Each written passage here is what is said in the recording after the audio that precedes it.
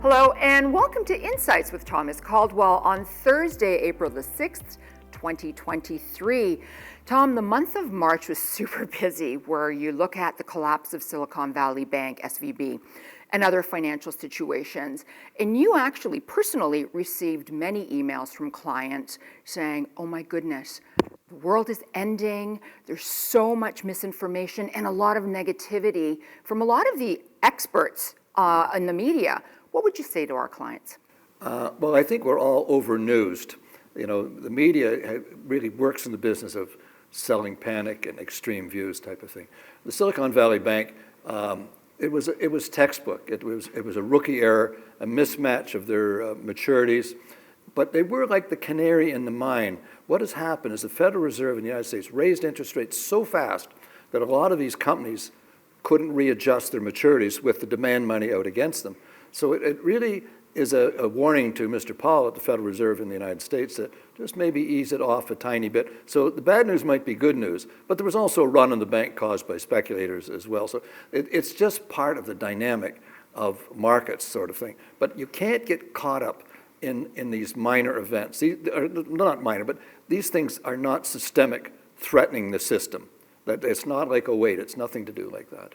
So with everything else going on, Trump's arraignment a couple of days ago, which is an unprecedented moment, what does this all mean for the markets now? Well, I think we have to back it up. I take a longer view and a strategic view. America has become like a soap opera. It's divided, and even whatever you may think of Mr. Trump, he's not a pleasant personality. But the man has been beaten up since the day he got elected. So, you know, I can understand battle fatigue there. But this has got to stop, this division and this. But what is happening? Powerful countries are usually not threatened by outsiders and destroyed. They're destroyed internally by division.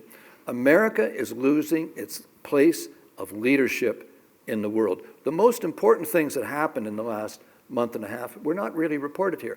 The most important, in my mind at any rate, was China brokering a deal between Saudi and Iran. That's huge.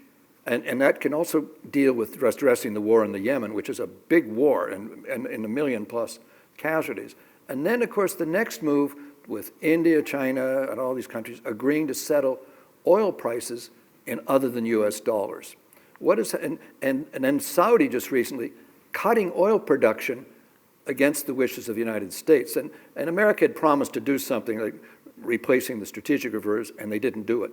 So what's happening is Saudi's poking a finger in America's eye. They would never do that before. So what is happening is people are using other than the US dollar for currency for big transactions. That's huge in impacting the US dollar as a world reserve currency, because that's how they funded a lot of their monetary expansion. They would print dollars and they would go out to fund world trade and also be kept under people's mattresses in case they had to get out of the country. So what has happened here is they may lose that position, and it could be inflationary back in the US, but it shows America's leadership is diminishing. People are neither frightened nor respectful of the United States anymore because they watch this ongoing soap opera. And they've got to clean it up because the focus of power in the world is shifting to China and the Asia and Southeast Asia landmass. The world is changing, and that's the thing we have to pay attention to, not these Mickey Mouse soap operas that are going on within America. Thank you so much for your insights, Tom. Thank you. And by the way, happy Easter, happy Passover, and Ramadan Mubarak to all of our friends out there. This is quite a season for all of us.